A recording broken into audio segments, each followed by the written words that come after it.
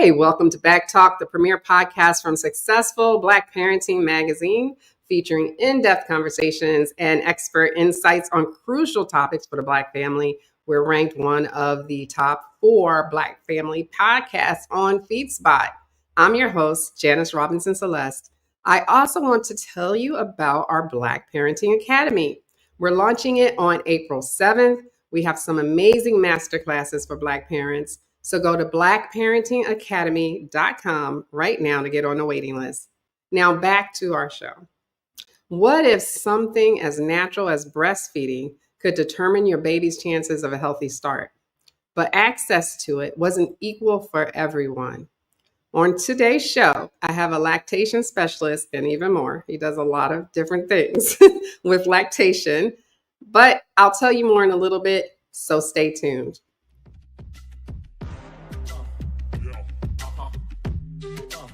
This is BACKtalk by Successful Black Parenting Magazine, the most listened to podcast for parents by parents.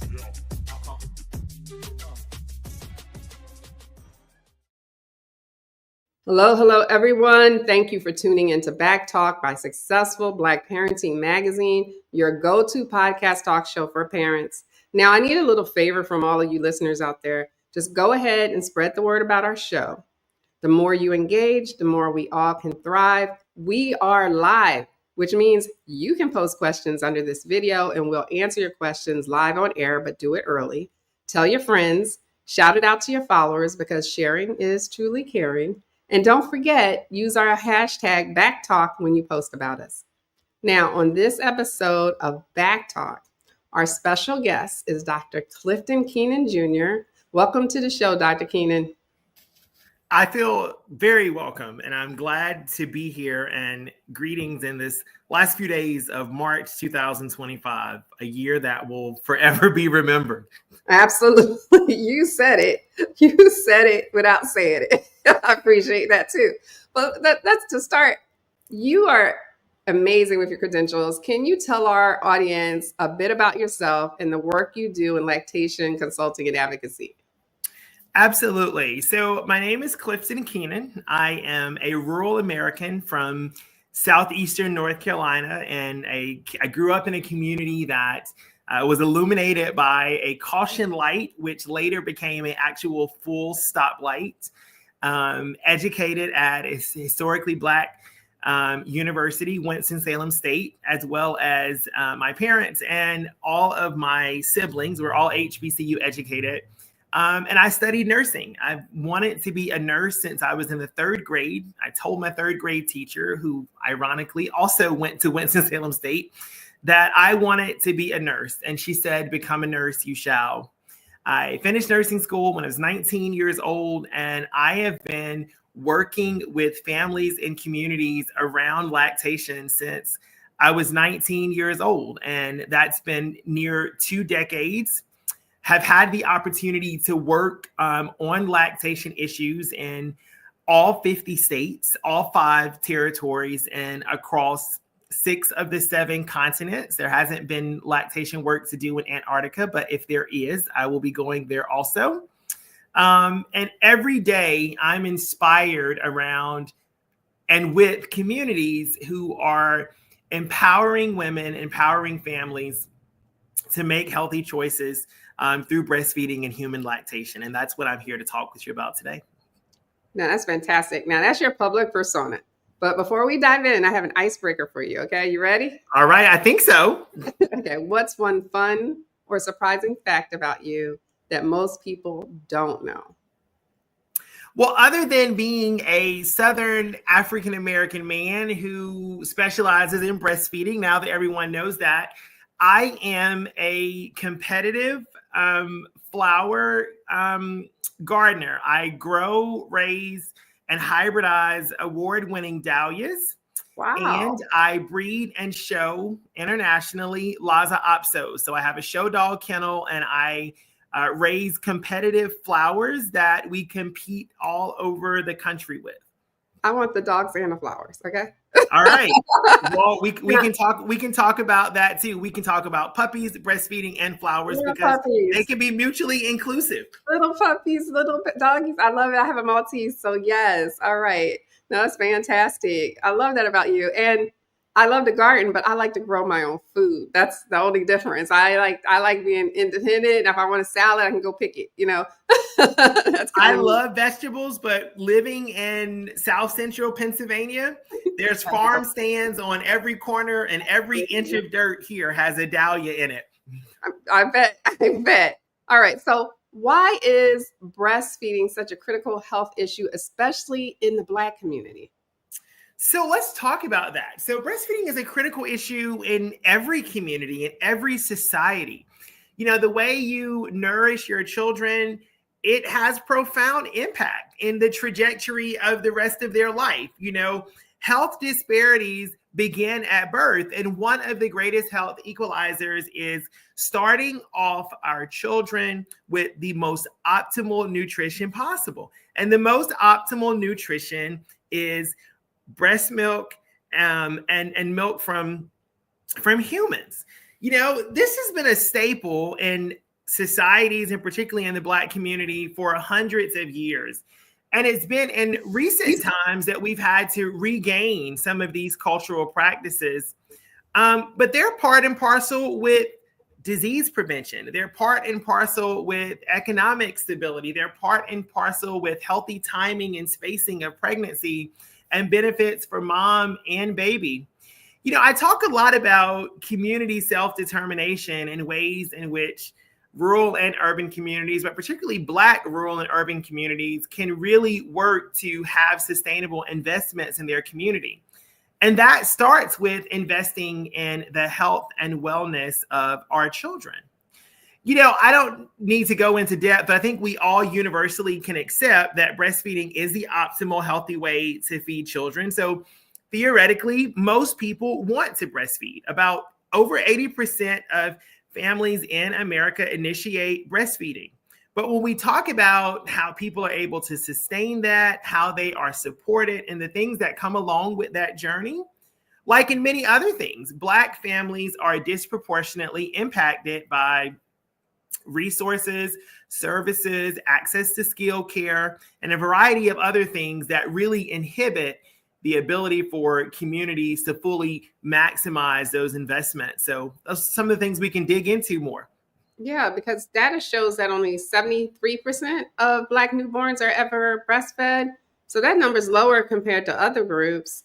And you said all of those things are like keeping Black moms from doing that, right? Or so what is the real deal here, and what can we do to fix it? So first, these things are being fixed. So that number is not where we want it to be, but it's not where it's been. So first off, shout out to the Black birthing community and the birthing professionals, as well as families, grandparents, communities that have really invested into lactation and breastfeeding, because we've seen this number rise. When I started off in lactation, the number was much lower. The initiation rates were lower, the sustainability, duration, and so forth. But over the last 20 years, we've seen a good increase.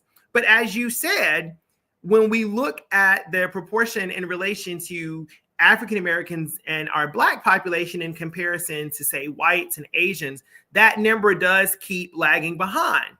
But when we also look at other disparities, things like infant mortality and some of the health disparities that impact Black communities, they also are disproportionate in comparison to white and Asian families. So those things do go hand in hand. So where do we get started? I want everyone that's listening today to think about, what your first impression is of breastfeeding. Because if your first impression of breastfeeding is something that, you need to cover up, it needs to not be done in public, it makes me uncomfortable. If those are some of the things that come to mind, and they do in some communities, that's really where we have got to start with dissecting the problem and empowering people around the normalization that feeding your children, feeding our children in the same way that other mammalian species are fed with their parents' milk is the only normal way. I think if we can normalize that, we can begin to dig into what it looks like to support, what it looks like to empower, and what it looks like to advocate as a community. No, I think that's absolutely right. I breastfed my children, so I know that I felt totally comfortable, but other people just didn't feel comfortable. I remember covering her up, getting strange looks, just with a like receiving blanket kind of thing. Absolutely. Of course, you had the specialty bras that just go flop, so that always helps, But it was more other people that had a problem with it. And I'm like, a lot of people sexualize it that don't know better, and I'm like, you got to be kidding me. I am feeding my baby. Would a cow feeding from its mom be considered sexual? It's like that always bothered me. And then just the looks that people will often give you. So I'm glad you mentioned that. Now, the thing that gets me is that way back when, I'm going back to slavery, okay? We were like the experts. We nursed the master's baby. We nursed our people nursed society. Yes. That's just the facts. So how did we go from that to 73%? So how do we go from that? So how do we go from, how do we go from other things that sustain communities like, education and supporting each other? A lot of things have impacted African-American and Black communities' ability to self-determine, whether it's gentrification, whether it's racism, the intersections of all of these things, marginalization, where people are able to live, work, and play. All of those things collectively come together and result in disparity. So when we think about how Black communities were thriving throughout different parts of history, those thriving communities were thriving because they had self-determination and empowerment. So when we have communities today where, people are struggling with knowing if their water is going to be clean, if they have lead in their homes, if they have access to buying food at a grocery store, if you live in a grocery desert, if you have the ability to access a health facility or skilled healthcare workers, all of those things can be part and parcel to where you live. There are some states where to access maternal health services, it could be up to 2 hours drive each way to access even some of these services. So when we think about communities' ability to thrive, there are a lot of other intersections. And when we look at where Black communities have come through time and through history, if we think about wet nursing and why maybe for a generation or two, people wanted to wash their hands of breastfeeding because it looked like indentured servitude. It looked like forms of slavery. If we think about the sensationalism of infant formula that was pushed on our people without informed consent, without adequate information, the sexiness and the modernization of using formula over breast milk, people were led to believe that at times was superior. So we are trying to regain all of those things culturally, societally. We're trying to regain them in ways that centers Blackness and centers us celebrating our ability to nourish our families and our communities in the same way that society depended on our nourishment for all those years. It's our time. Right. And we know that we've had some inconsistent information coming from the medical field. So how does this historical trauma and medical mistrust affect, especially medical mistrust? It's kind of touched on the historical trauma, but how does that affect breastfeeding rates among Black moms? Well, first of all, I just want to say it's valid. And unfortunately, it still exists, and for many Black families, for many Black women, this manifests through people not fully believing them when they access medical care. national maternal mortality and morbidity is completely out of control, completely inconsistent with our developed and civilized society. And a lot of these things stem back to people not being believed.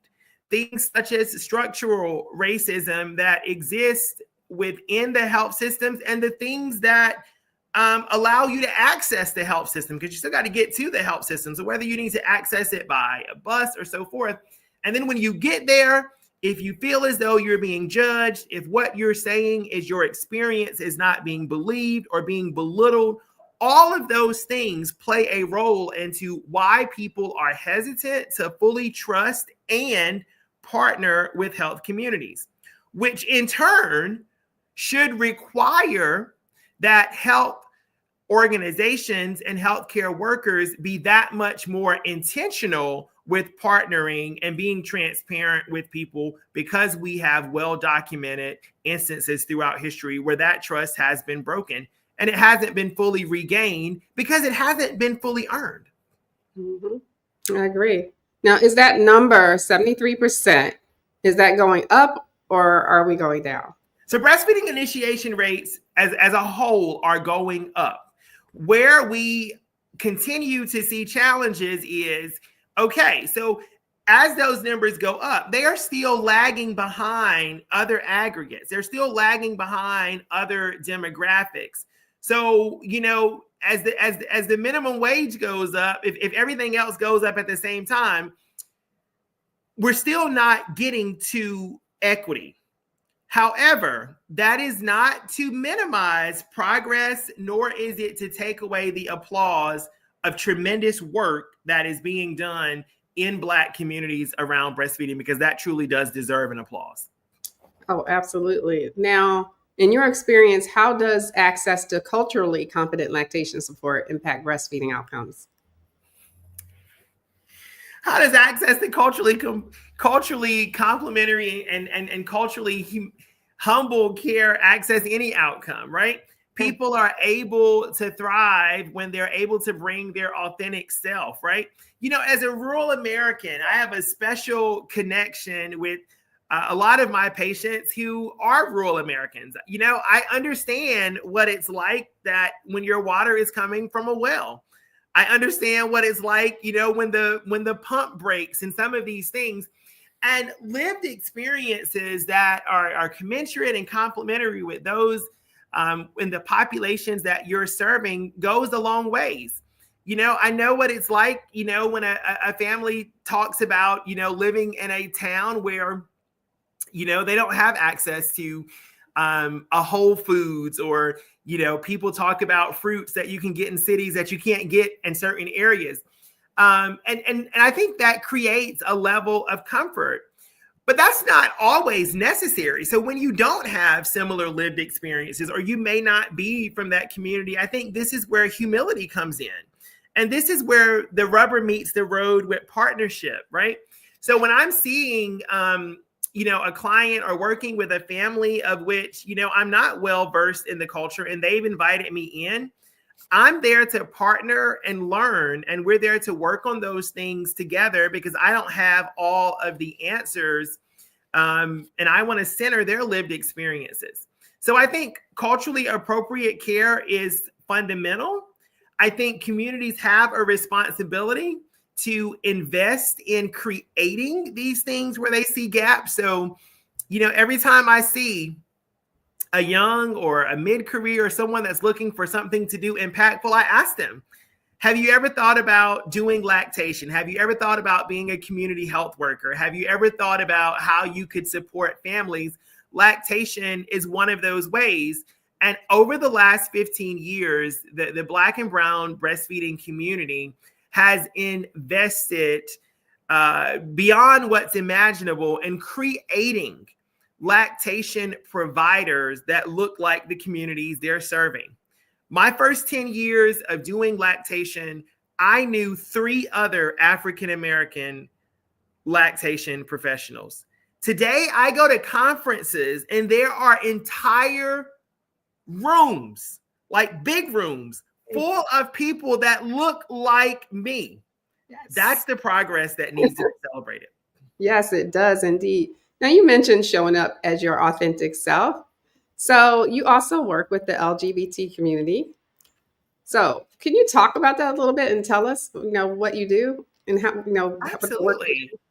So I work with every community because every person that is on a lactation journey, you have a space in my practice. So one of the things that I've prided myself in working with families and over the years is induced lactation. And in the LGBT community, I work with families who are inducing lactation. And in some cases, for example, in the cases where we have two moms, I've worked with them to induce lactation, and both moms have had the opportunity to breastfeed their child and or children, because it does work with multiples also. But also working with non-binary individuals who may be using human milk and using supplemental nursing systems, and really want to feed at the chest and all of those things. And I'll say, when it comes to breastfeeding, chest feeding, lactation, this is all encompassing. So across the entire Black diaspora, whether you are binary, non-binary, whether you're in traditional, non-traditional, all of those things still have, all of those identities have a place in lactation. And my practice is all encompassing. So it's not just mom and dad. It could be mom and dad. It could be mom and mom. It could be dad who is doing chest feeding. It could be two dads. It could be adoptive parents who are doing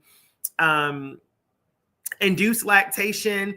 It could be supporting families who want to use human milk and being able to procure that from a human milk bank to feed their child with human milk. All of those things, lactation providers and the broader birthing community is prepared to support you with. You know what? That is not my area of expertise, so I find it very interesting. And if you ever want to pen an article for our publication, I think that's where we're lacking. Like, we could definitely use information on chest feeding. Like, I didn't even know it was called that. So you educated me today. So that's very interesting. So if you ever want to pen an article, let me know. We got you. We'll make sure that sounds fun. Featured as well, because I find it like totally interesting. So what is it that a cis person that like me that are probably listening? So, we have a wide variety of audience members.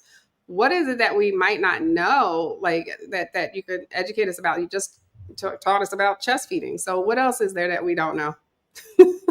So, where do we start, right? So I see a lot of faith-based organizations and so forth. My partner is in the ministry. So we do a lot of stuff in faith-based communities, but where we start is fundamentally breastfeeding and the use of human milk is the optimal way to feed our children, to feed our society, right?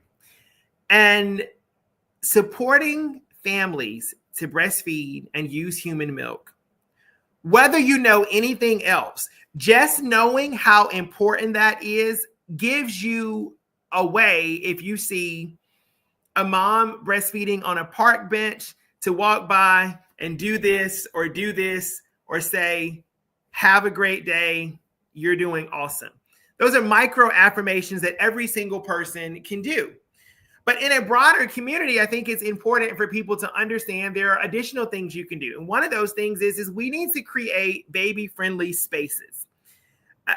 There's too much sexiness around having events where people can't bring their breastfeeding infants, right? So if you're planning a wedding, or if you're planning, a game night, I think it's cool if, parents need a break from their kids. Like, I don't have any judgment on that, because I need a break from mine at times.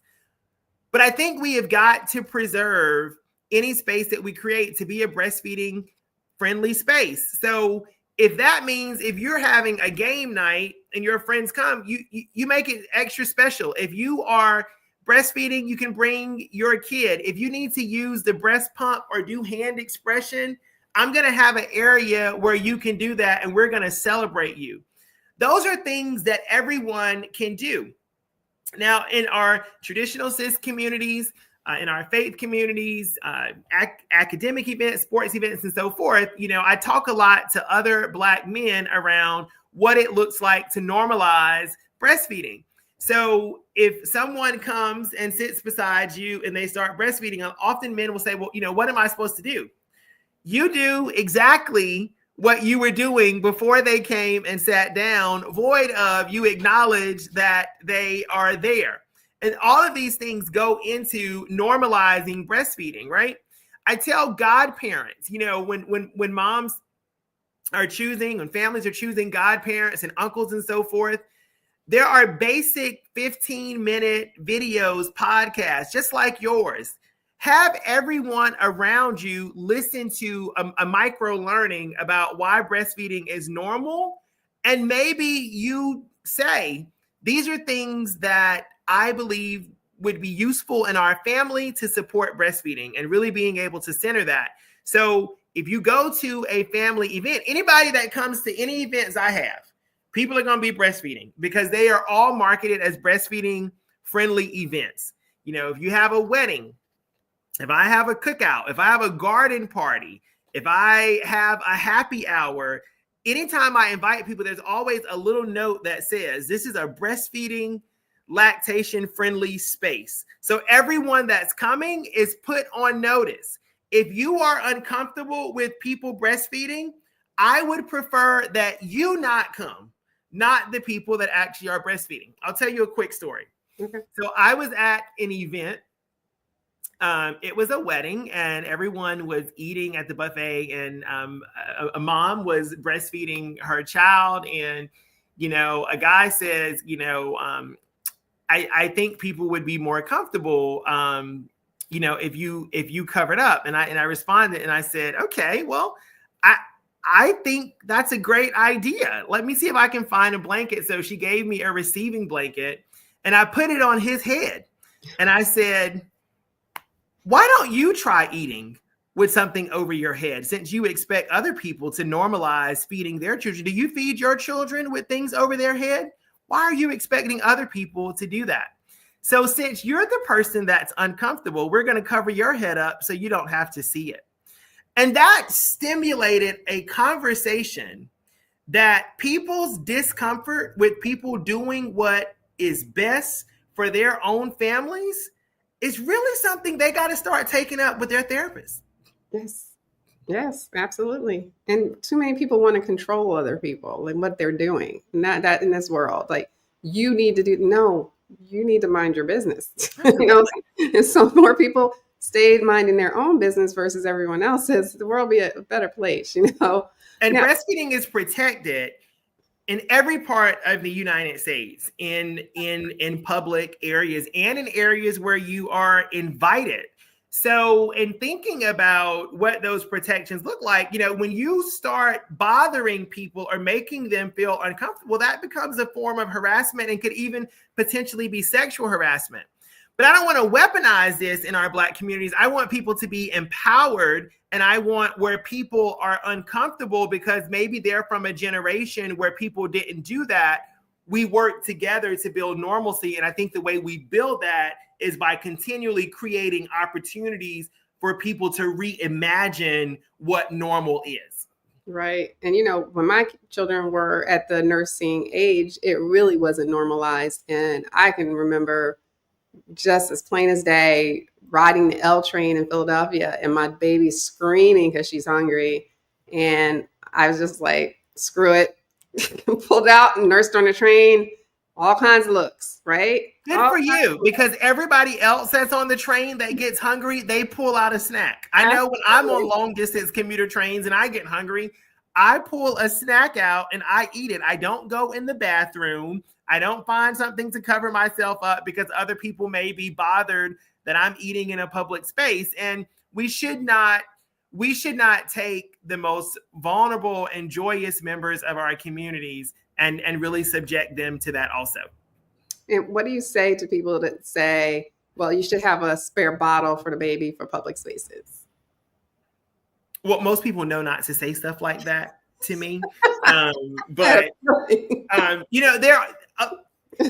my daughter didn't really drink from a bottle, right? So she was all breastfed, and if people want to have those things, but parenting is stressful enough and you may forget something and you may not even need a spare bottle. So let's say you had a spare bottle, you still need to get the milk into it if you were breastfeeding. So I tell moms, you do what is most practical for you. And in many cases, the most practical thing for families is to not worry about refrigerating something. The body keeps milk at the appropriate temperature, is just to put the baby to breast. And anybody that has a problem with that, that is their problem. And I'm telling people, if you are being harassed, these things need to be reported. And third parties who are bystanding and seeing these things happen, this is an opportunity for you to step up as a bystander and say, this is inappropriate. What you're doing needs to stop, etc. And I've done that, and I see other people doing that, and it brings double heartbeat when I see other Black men standing at that bystander intersection, supporting people that are feeding their children. And sometimes people are feeding more than one child. Some of our families are tandem nursing. Maybe they have multiples. I mean, I have a family in my practice, and they have a 2-year-old and they have an infant, and they're breastfeeding both. And you talk about the normalization. So people are like, okay, well, I can normalize a mom putting an infant to the breast, but we've also got to normalize that the international standard for breastfeeding is at least 2 years. Like at 2 years. Not and 6 then, months anymore. 2 years, not 6 months. And then as long as mother and or child desires, and that's been the international standard, that's not exclusive, but that is continuation. So we've also got to normalize that letting your 2-year-old at the breast and beyond should be as normal as the newborn. So let's keep working together, Black community, to normalize these things. And for everyone that is doing these things and walking boldly towards creating new social paradigms in our communities, you are heroes. No, I love that, because it used to be 6 months. I nursed my daughter Cecily until she was 18 months. And I was encouraged by family members not to, because she was walking around saying the nickname for her milk, and reaching for it like in public, and so I thought it was funny, but they did not. But she did nurse until she was 18 months old. So good for you. Years I think that's a good time, and it's so good for them. Now, I love your philosophy too of you do you, whatever works best for you, because that's our philosophy here too. Like, we give you the information, you do what you want with it. You're the parent, we just tell you what the best practices are. But let's go into a little bit about like hospitals. What are they doing now to encourage nursing in our community, or are they?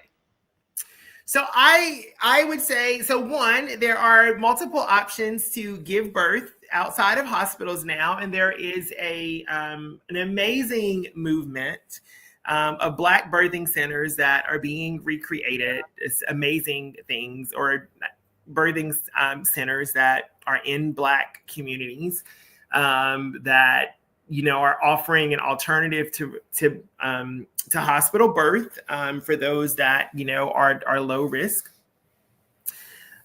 I do believe that when you are seeking out where you are going to give birth, these are opportunities to ask. How does your hospital support breastfeeding? Do they have skilled lactation care? More importantly, what services are you going to offer to be able to support me when I leave the hospital? Do you have virtual options for follow-up lactation care? I think people deserve, within reason, because I recognize if you live in the Northern Mariana Islands, one of our U.S. territories, there's one hospital there.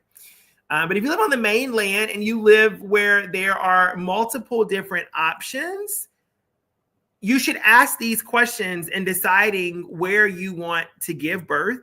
And if you live where there's not options, you should be advocating and letting that health facility know that these are important things that, your patients need.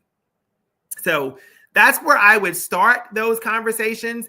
But having your family and your support system educated about the basics of breastfeeding before you go to the hospital, knowing that exclusive breastfeeding is normal, should be cultivated, should be protected, that you shouldn't give any supplements unless absolutely necessary after exhausting everything else. Having people around you that can advocate and stand in solidarity with you are really important, even if you need to call them on FaceTime.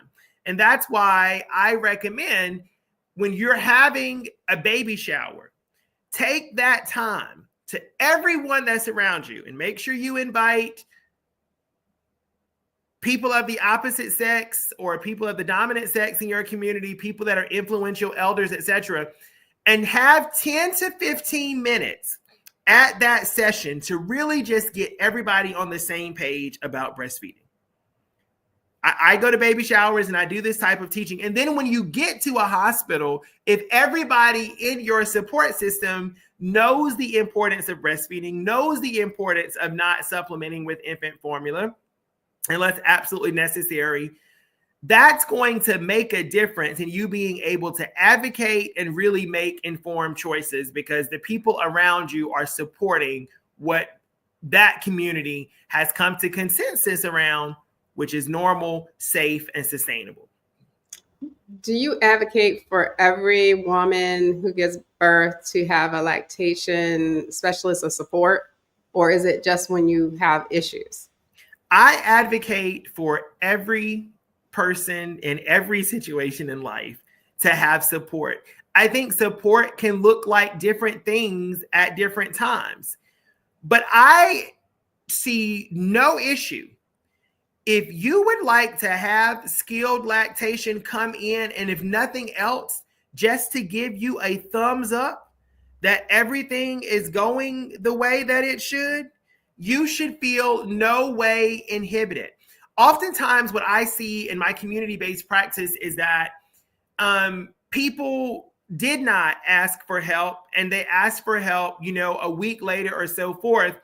It's important to get your latch, your position, the things that are going to help to create an adequate supply. They start right after birth. It's your things like your skin to skin, letting baby find the breast, etc. If you are unsure and you want someone to give you a thumbs up, or you just want people to walk you through these things, maybe do some education, I say absolutely. Ask for support, and ask for support as much as and as often as you need, which is why you need to ask, do you have virtual lactation support? I refer people to the breastfeeding hotline and so forth. But absolutely, don't wait. Don't wait for your car to break all the way down before you go to the mechanic, right? If you think something is not right, look, there's a light on that's not working. I need to know if this is normal before I keep driving. Good advice. Good advice. Now, for parents listening right now who may be struggling or unsure where to turn, what advice would you give them?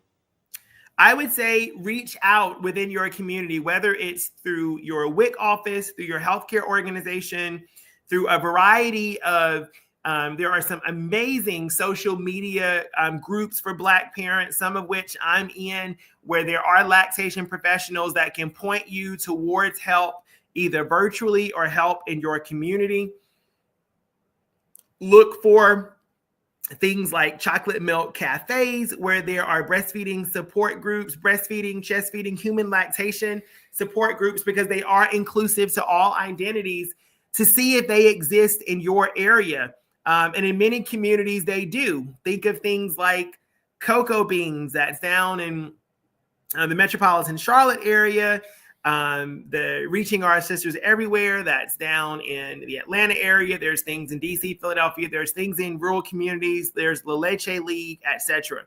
If you ever are in a pinch and you don't know where to go for help, this is where you start reaching out to things like Black Mamas Breastfeed. You reach out to places like Reaching Our Sisters Everywhere. And those organizations will help bridge the gap and find care in your area or attach you to virtual care to get your needs met. And I'm going to tell you, these Black colleagues, my sisters, brothers, my siblings that are in this space, they are so committed to you being successful. They are going to be there for you and center your goals and your experiences, bringing applause to you in every way. It's just going to be transformational. Oh, I love it. I love it. Now, finally, how can our audience connect with you and learn more about your work via social media or the internet? Well, you can Google my name and you can find me in some places right there. You can find me on LinkedIn. I talk to a lot of people on LinkedIn. I do see patients in my community. I live in a rural community and I see patients here in South Central Pennsylvania, but I know how to find connections. And, you know, there's opportunities to partner. There needs to be more mainstream media highlighting Black families that are breastfeeding, highlighting non-traditional Black families in their breastfeeding journey. So I would love to connect with people that would like to share their journeys and figure out how we can get some platforms to empower other people who may be in the same situation, and your experience might be just the push that they need to step forward. I think the last thing that I would say is you can reach me if you are particularly interested in becoming a lactation specialist, becoming an international board certified lactation consultant, or want to brainstorm around ways that you can institutionalize lactation care in your community. I'm an open book and happy to help co-create some solutions there with you. Well, that's fantastic. Well, thank you, Dr. Keenan, for joining us today. You have given us a plethora of information about lactation, and I absolutely love your energy. I love what you're doing, so please keep it up. Thank you for having me, and until we meet again, keep breastfeeding, chest feeding, keep lactating, supporting the next generation of Black excellence, because it starts with breastfeeding and human milk. Fantastic. And a big shout out to all of you tuning in and engaging with us here at BACKtalk by Successful Black Parenting Magazine, the syndicated podcast that's a must for Black parents everywhere. And be sure to follow us on social media. Click on everything, our follows, our likes, our ads. And don't forget to share blackparenting.com with a friend. It's your go-to place to get masterclasses by experts in Black parenting. Go to blackparentingacademy.com. Until next time, I wish you all the best and much success. Take care. Thanks for listening, everyone.